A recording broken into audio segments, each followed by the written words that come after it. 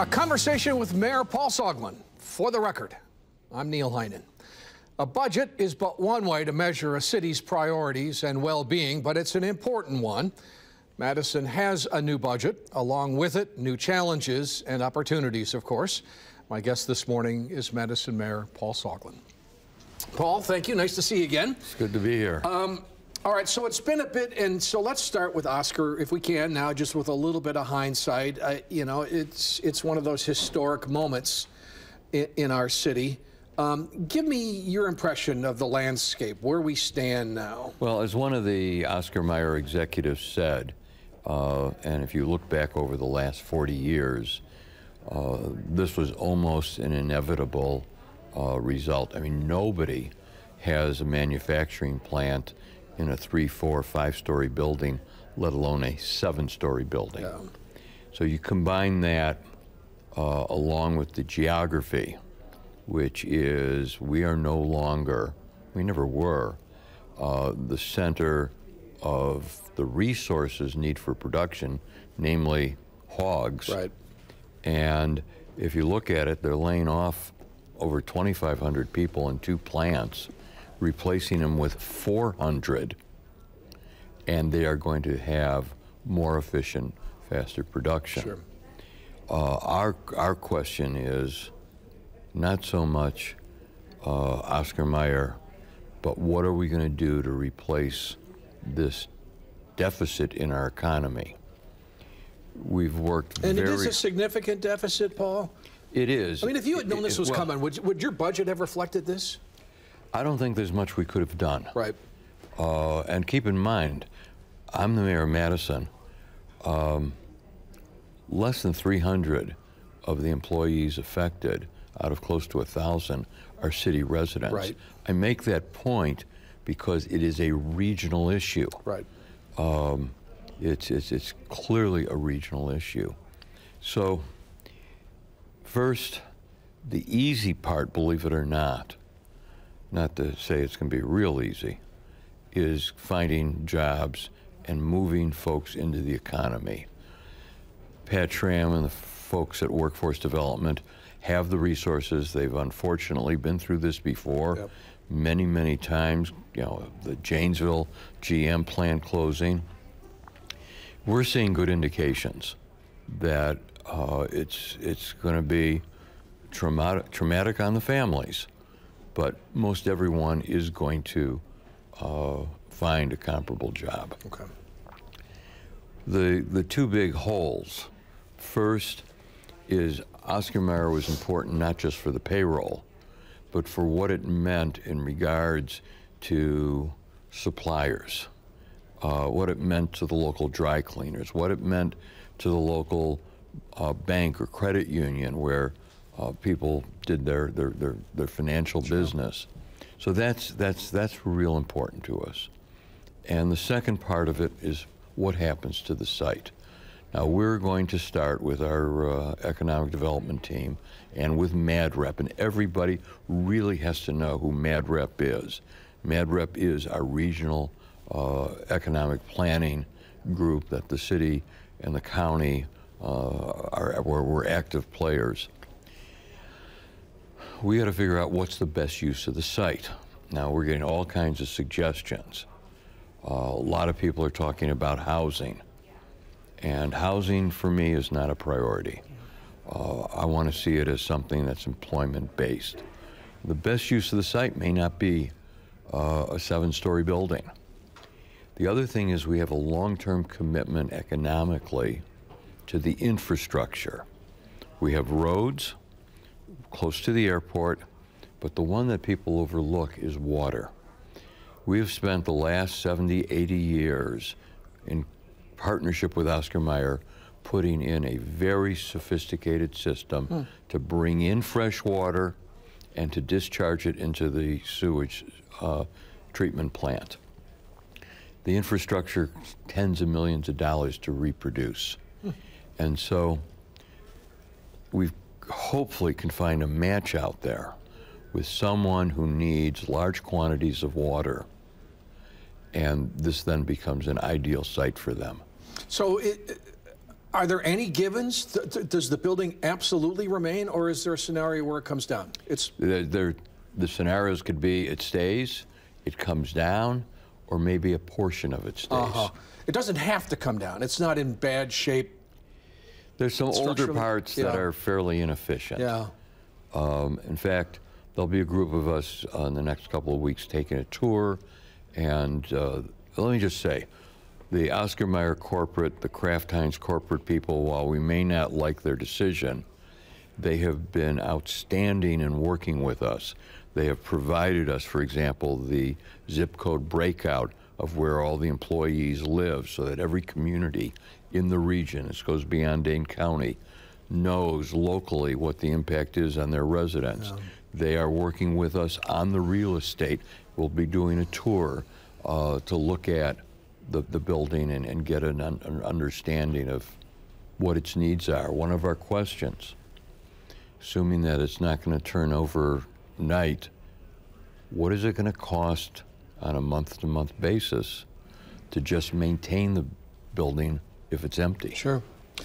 All right, so humor me. This is going to come as no surprise, but as we look at Madison's role in the food economy, food system, stuff you and I have been talking about for years, Paul, I mean, it does kind of get the imagination going that this could be a place for not just a public market, but perhaps a regional food facility on a scale that no other community has ever seen. It has rail. Yep. It's close to the airport. Yep. It's got a road system. It's got refrigeration and freezers, and it has the water.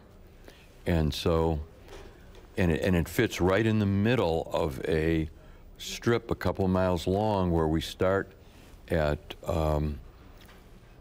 First Street Garage and the Fiore Shopping Center between Johnson, East Wash on First Street, and goes out Sherman Avenue, goes out 113, Packers Avenue, swings around, and gets right in there at the shopping center at across from Warner Park at that intersection. And so we see that with a 100-year vision as a major employment center for quality food. We're talking nutrition, we're talking efficiency, we're talking fresh produce.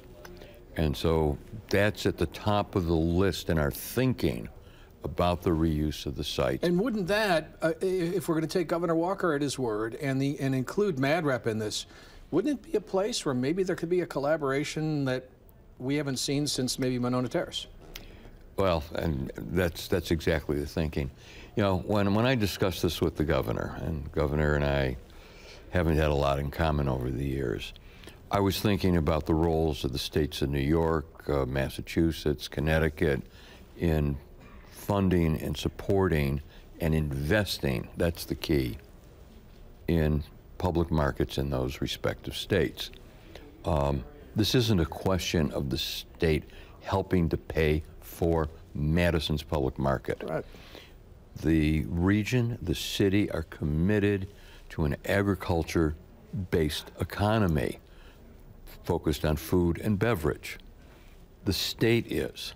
We are one of the richest richest county and states in not just the U.S., but the world. And, you know, in a way, we've lost our way as we tried to become sophisticated. We didn't want to deal with vegetables with dirt on them. We wanted to focus on technology and the biosciences, which, well, we should. Sure. But I think that and I've said this for years now, the two great futures for an economy are the development of technology, particularly in the biosciences, and one of the oldest sources of an economy in the world, agriculture. All right, we're going to get back to the budget when we come back with Mayor Paul Soglin right after this.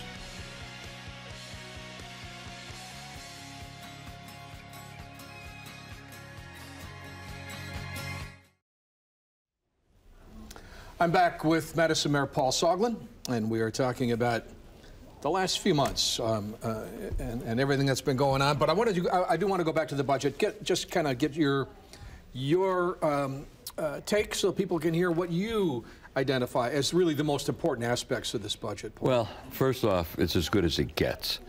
Is it a great budget? No, it's not, because of our relationship with the state, the continual loss of share revenues, the continual loss of revenues from the state for payments that were made where we provide services to state buildings.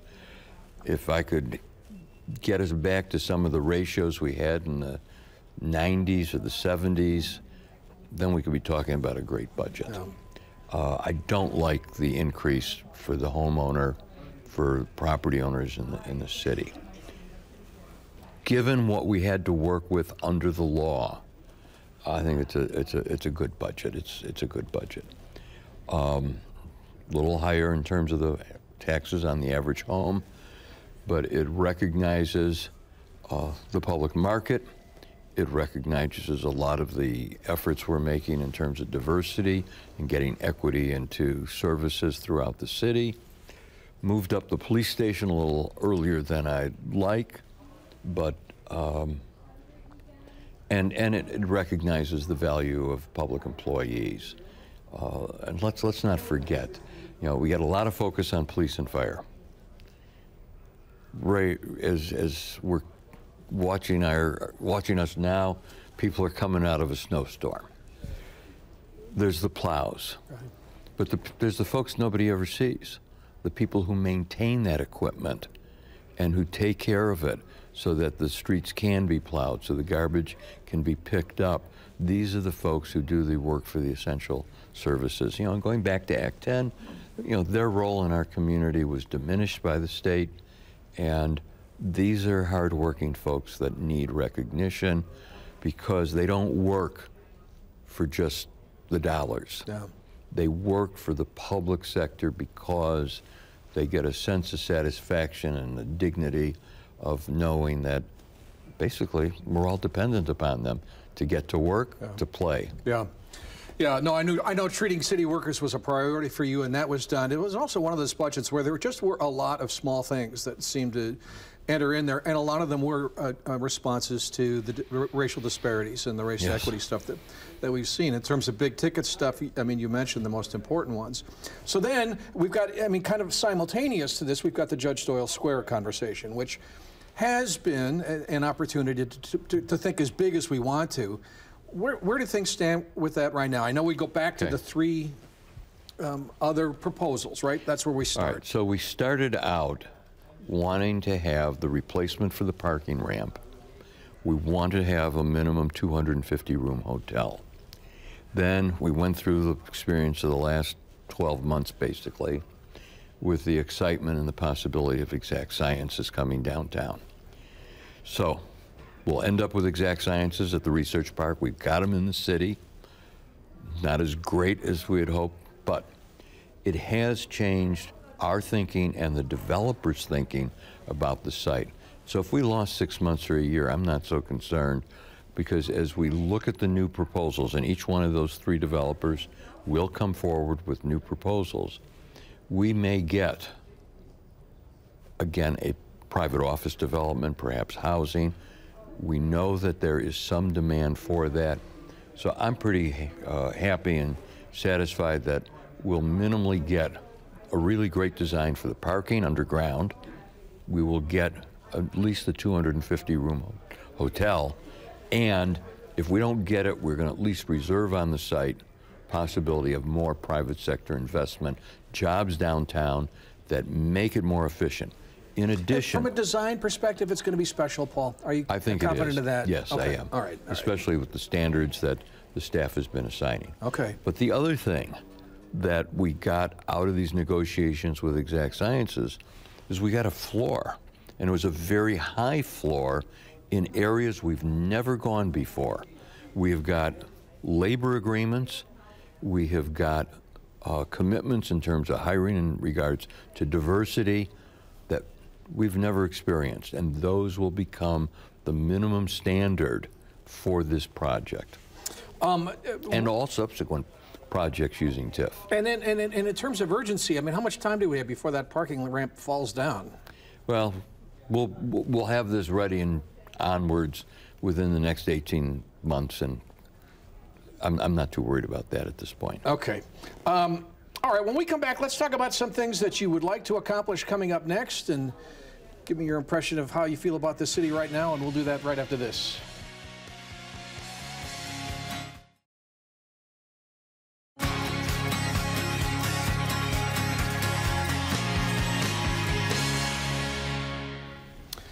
I am back with Madison Mayor Paul Soglin. We've been reviewing the budget. We're going to look ahead here a little bit.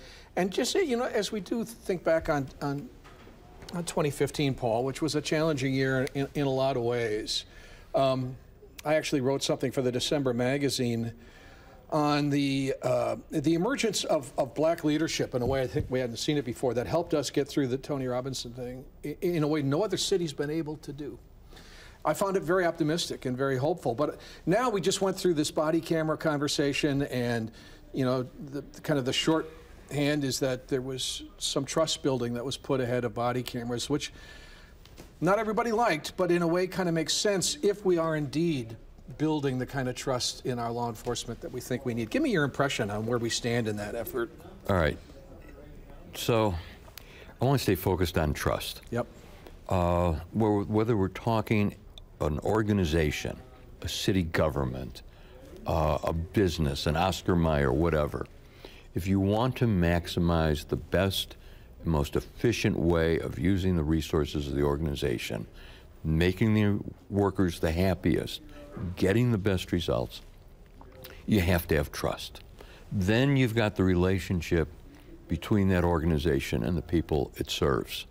And that has to be focused on trust. I don't think it's an accident that this committee came back and said, you know what, we really can't deal with a final answer on body cameras until we address the question of trust. And that's where I see us going. That's where the community played such an important role 8 months ago. That's what we have to build on internally within city government and in relationship to the people we serve. Denise DeMarb, the council president, Maurice Cheeks, the president pro tem, and the other council members recognize this. And I'm not talking about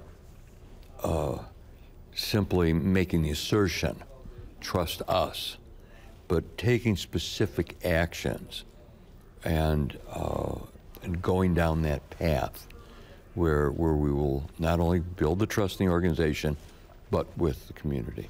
And I think we can both envision, can we, a situation 6, 8, 12 months from now where trust will be built sufficiently, where body cameras will make sense. And there's so many areas where we're going to have to prove ourselves, where there will be data that we'll rely on. And part of it goes back to the Race to Equity report with all the numbers it had.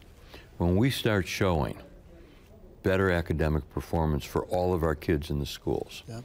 When we start showing that the benefits of Madison's economy, employment, and income are pervasive throughout the community, then we'll have the evidence that we're building trust. Right. Then these other things come in. And probably fewer entries into CCAP and the court system because of diversion and front-end stuff that I think will help build trust too. You're aware that just a week ago I was at the Kettering Foundation, and we were in a discussion about the quality of education, and one of the things that we focused on in terms of trust building are these kinds of relationships. And the need, I'm not sure I can explain it in just a couple of minutes, but the need for parents to be involved in their kids' education and for them to trust the public school systems. Mm-hmm. The need for children of all races, all ethnic backgrounds, to go into a school and feel that they are in the presence of adults who look like them.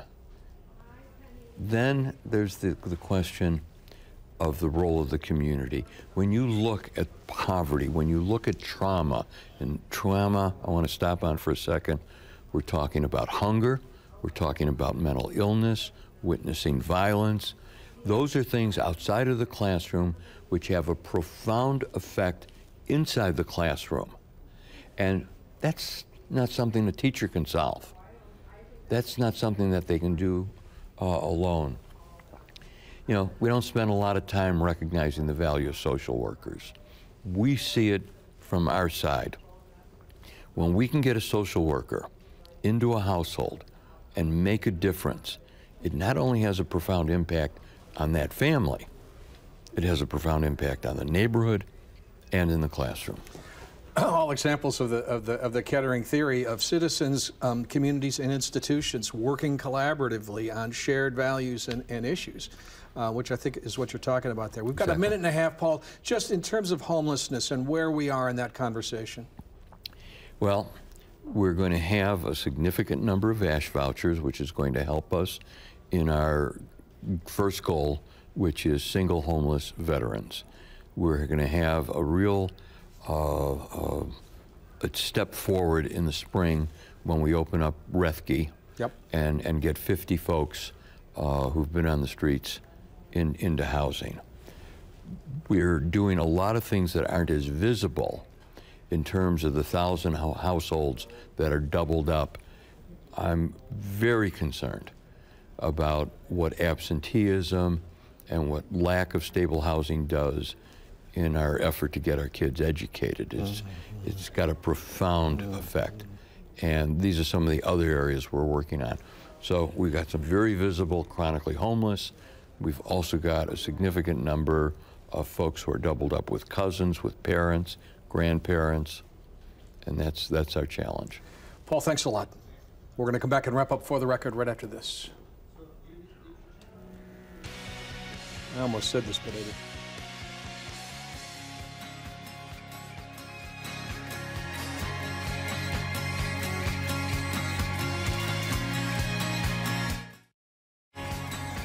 My thanks to Madison Mayor Paul Soglin, and thank you for joining us. Enjoy the rest of your weekend. We'll see you next Sunday on For the Record.